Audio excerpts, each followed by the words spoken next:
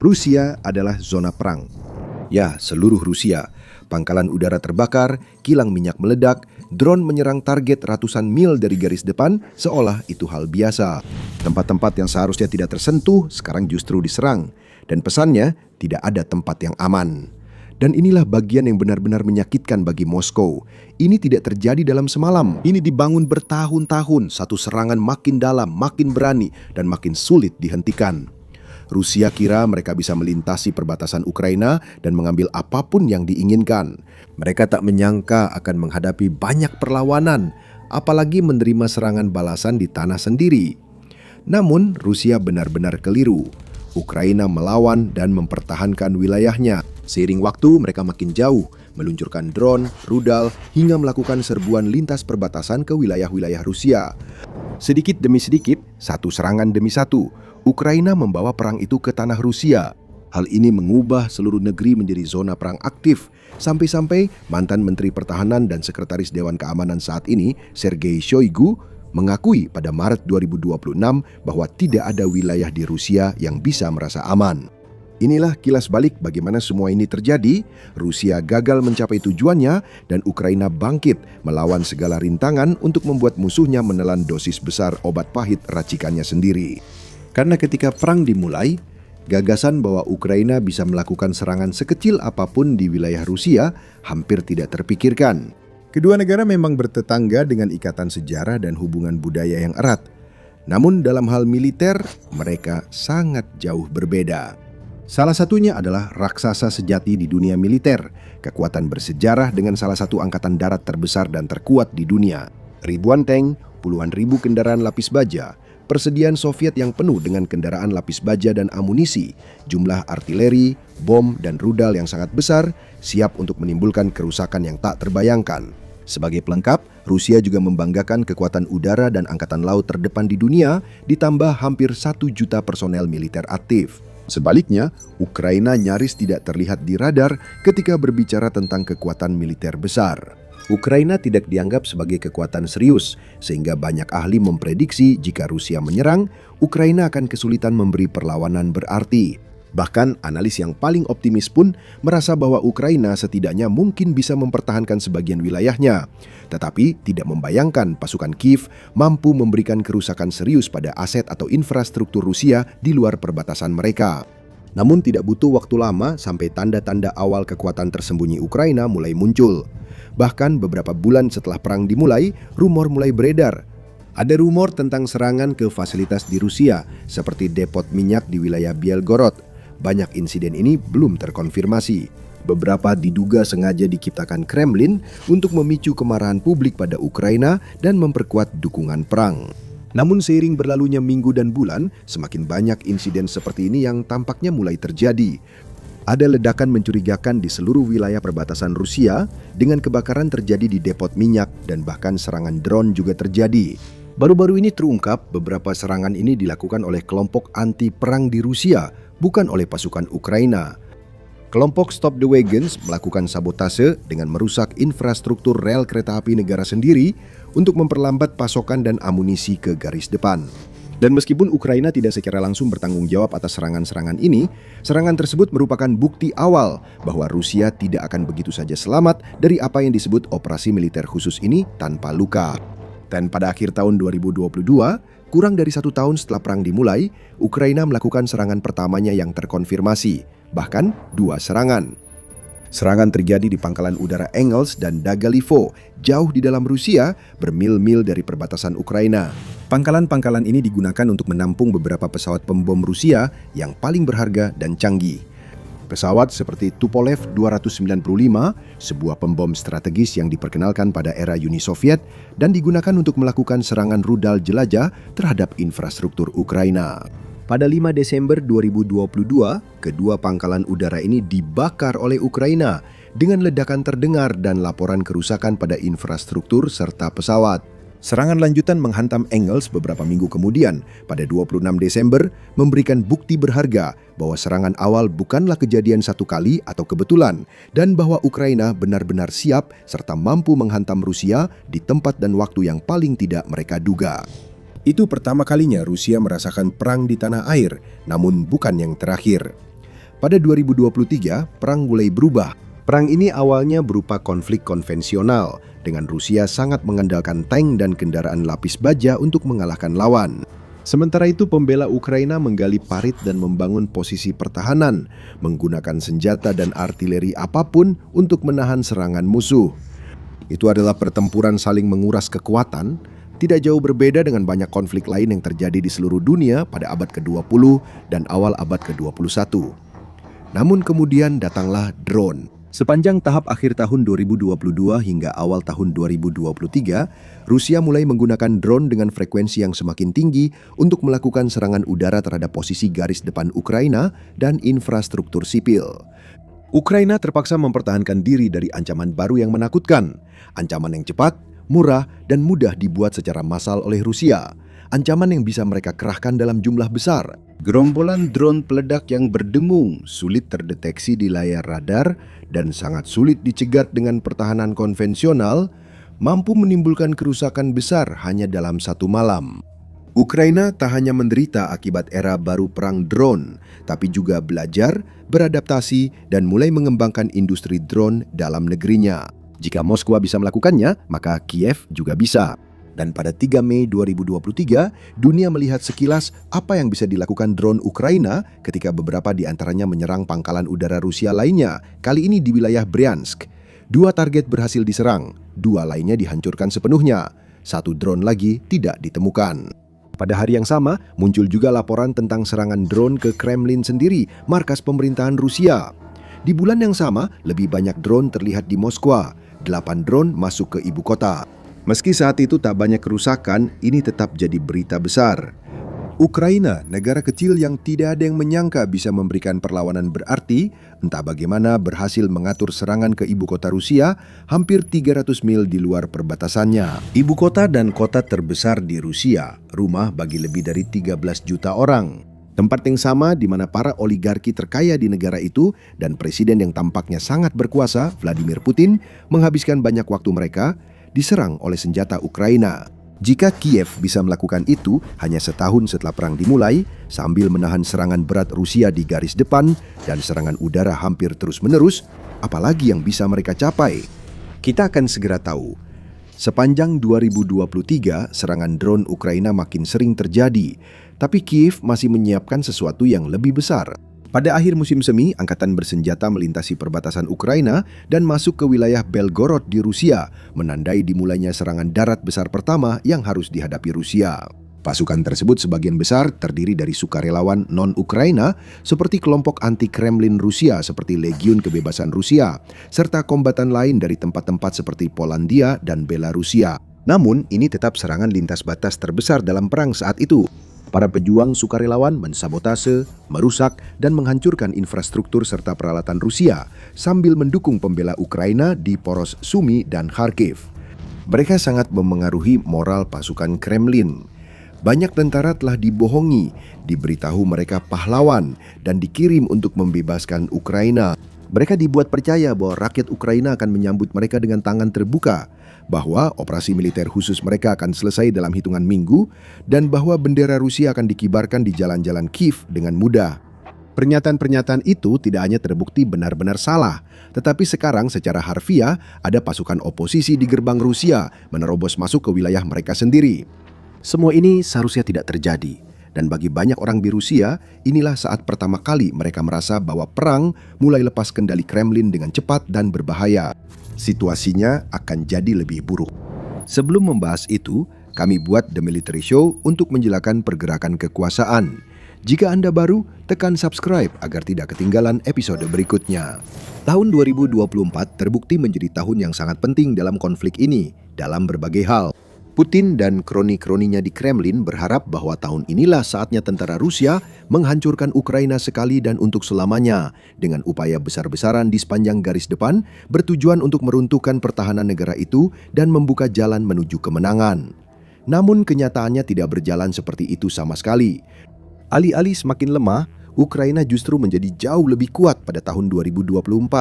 Serangan drone Ukraina ke target Rusia kini lebih sering dan strategis. Para komandan Kiev mulai memilih target mereka dengan lebih hati-hati, tidak hanya fokus pada pangkalan udara dan persediaan amunisi, tetapi juga infrastruktur minyak. Mereka menyadari bahwa minyak mungkin merupakan sumber daya terpenting yang dimiliki Rusia, karena minyaklah yang menggerakkan mesin perang Kremlin, baik secara langsung maupun tidak langsung. Minyak digunakan sebagai bahan bakar agar tank tetap berjalan dan pesawat pengebom tetap terbang. Minyak juga menghasilkan banyak uang bagi ekonomi Rusia yang dapat digunakan Putin untuk melanjutkan perang, membayar gaji tentara, dan memproduksi peralatan militer massal. Jika Ukraina bisa menghancurkan infrastruktur minyak Rusia, mereka berpotensi memenangkan perang, dan itulah yang mereka lakukan. Sepanjang tahun 2024, ada setidaknya 84 serangan Ukraina yang dikonfirmasi terhadap infrastruktur minyak Rusia, sebagian besar kilang, tetapi juga pipa dan tangki penyimpanan. Infrastruktur militer juga merasakan kekuatan penuh dari keganasan Ukraina, dan itu bukan hanya drone lagi.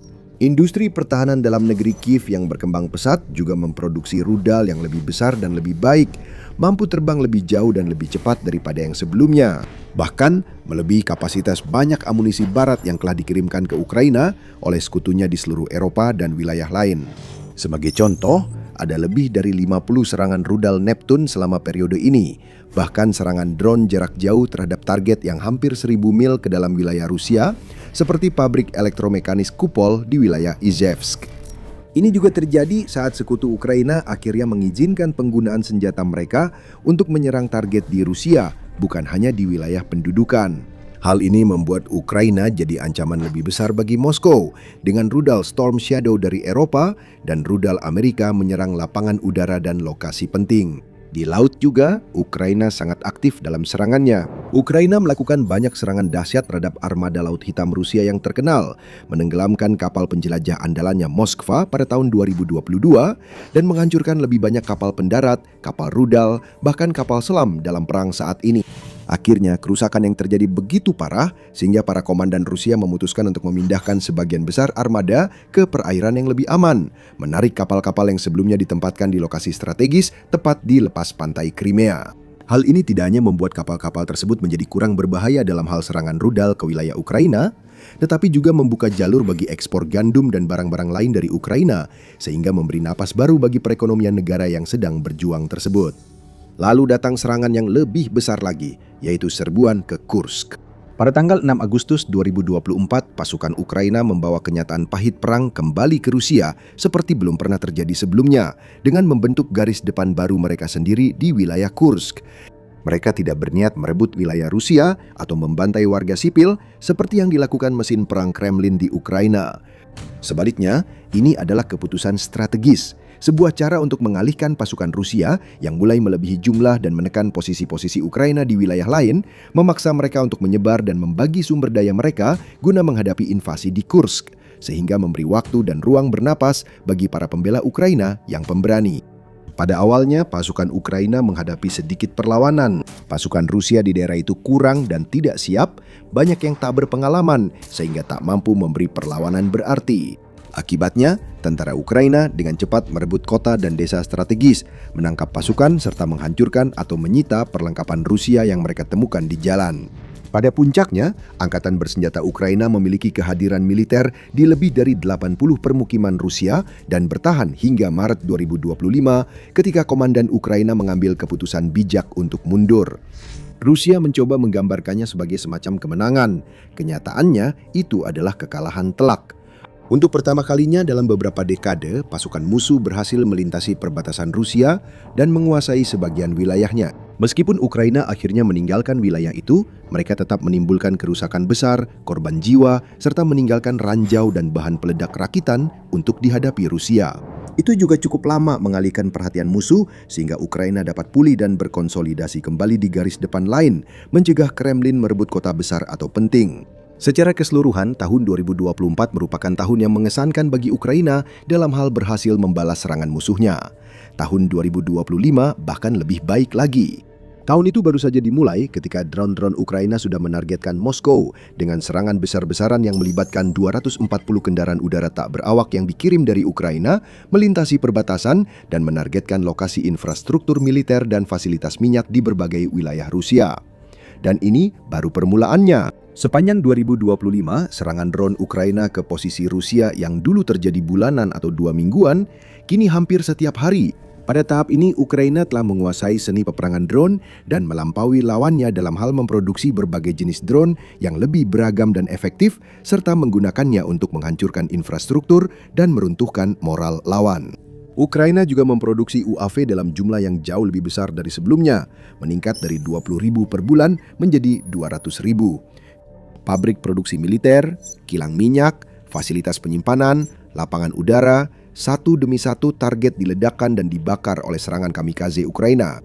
Serangan ke infrastruktur minyak makin sering dan Putin mulai merasakan dampaknya pada sektor terpenting baginya, yaitu ekonomi. Serangan Ukraina diperkirakan membuat Rusia rugi sekitar 12 miliar dolar akibat banyaknya minyak terbakar dan kapasitas produksi turun drastis. Drone dan rudal juga menghancurkan aset militer Kremlin yang sangat berharga, termasuk sistem pertahanan udara dan radar senilai miliaran dolar. Lalu datanglah serangan yang paling menghancurkan dan ikonik dari semuanya, Operasi Jaring Laba-Laba. Pada tanggal 1 Juni 2025, Ukraina melaksanakan rencana yang telah dipersiapkan selama lebih dari 1 tahun.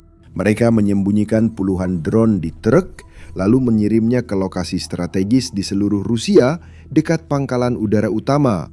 Setelah truk diposisikan, truk dibuka dan drone dilepaskan, menyerang pembom Rusia berkemampuan nuklir dan pesawat lain. Menurut laporan, serangan itu berhasil menyingkirkan sekitar sepertiga armada pembom Rusia dan menghancurkan atau merusak perlengkapan Kremlin senilai miliaran dolar hanya dalam sehari. Armada Laut Hitam juga menjadi sasaran Kiev dengan beberapa serangan besar sepanjang tahun 2025, merusak bahkan menenggelamkan beberapa kapal Rusia, menghancurkan infrastruktur laut penting di pelabuhan kapal selam Benolosyesk dan mengirimkan pesan yang jelas kepada Kremlin. Tak peduli sejauh apa kamu lari atau di mana kapalmu disembunyikan, kapal-kapalmu itu tetap akan ditemukan dan dihancurkan. Dan begitu kita memasuki tahun 2026, satu lagi tahun penting dalam perang yang menurut Rusia seharusnya hanya berlangsung beberapa minggu saja. Setelah bertahun-tahun berjuang dan menderita, serta menghadapi serangan terus-menerus dari Rusia, Ukraina bisa mulai goyah. Sebenarnya, itulah yang diharapkan Putin. Berharap jika ia bisa mempertahankan perang cukup lama, Ukraina pada akhirnya akan mulai goyah, tertekuk, dan runtuh di bawah beban mesin perangnya yang sangat besar.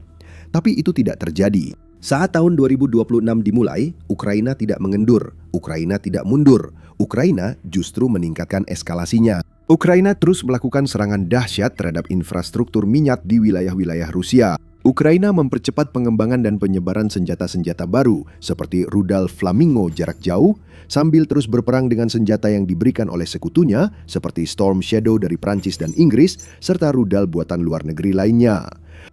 Pada Februari 2026, Ukraina menyerang pabrik bahan bakar rudal Rusia di wilayah Tver. Pada Maret, Ukraina melancarkan serangan ke pabrik mikrochip di Taman Rudal. Flamingo mulai terlihat semakin sering. Pertama, menyerang lapangan uji Kaputsin Yar, lalu menghantam pabrik Votkins, sebuah lokasi penting dalam kompleks pertahanan Rusia. Ukraina juga meningkatkan taktik drone-nya, membuka jalan baru dan mencetak rekor baru, seperti pada malam 8 Maret ketika mereka meluncurkan 754 drone yang luar biasa banyaknya, lebih banyak dari sebelumnya, ke berbagai target di seluruh Rusia dan wilayah pendudukan. Ribuan drone lainnya dikirimkan dalam hari-hari dan minggu-minggu berikutnya, menempuh ratusan mil melintasi wilayah udara Rusia, melewati sistem pertahanan udara yang disebut-sebut sebagai terbaik di dunia milik Kremlin, dan menghantam target mereka di puluhan wilayah berbeda. Pada akhir Maret, Ukraina menyerang pelabuhan ekspor minyak utama Rusia di Laut Baltik, memicu kebakaran besar dan gangguan belum pernah terjadi pada industri minyak. Ini bukan hanya kilang atau pipa minyak yang diserang sebulan atau beberapa minggu sekali. Beberapa bagian paling penting dan vital dari mesin ekonomi Rusia diserang hampir setiap hari. Tak terhitung galon minyak, kerugian miliaran dolar terjadi berulang kali. Ekonomi Rusia berada di titik terlemahnya dalam beberapa tahun terakhir. Bank sentral negara itu terpaksa menaikkan suku bunga ke tingkat rekor. Keluarga Rusia harus menanggung biaya perang Putin karena harga kebutuhan pokok naik dan anggaran negara lebih banyak digunakan untuk rudal dan mesin pembunuh alih-alih layanan kesehatan dan pendidikan. Dengan setiap bulan yang berlalu, Rusia semakin melemah dan Ukraina semakin kuat, dan data mendukung hal itu. Meskipun Rusia terus membombardir kota-kota di Ukraina, pasukan Kiev telah memberikan kerugian militer dan ekonomi yang signifikan sebagai balasannya. Serangan mereka ke infrastruktur minyak dan lokasi penting lain membuat konflik ini jauh lebih mahal bagi Kremlin, dan mereka belum berhenti. Produksi drone di Ukraina meningkat dari 800.000 per tahun pada 2023 menjadi 4 juta pada 2025 dengan perkiraan antara 5 hingga 10 juta untuk tahun 2026. Produksi rudal juga meningkat dan kapasitas ofensif serta defensif Ukraina belum pernah sekuat ini, sehingga semakin mudah bagi mereka untuk membawa perang ke wilayah-wilayah Rusia, bahkan yang berjarak ratusan atau bahkan ribuan mil dari perbatasan.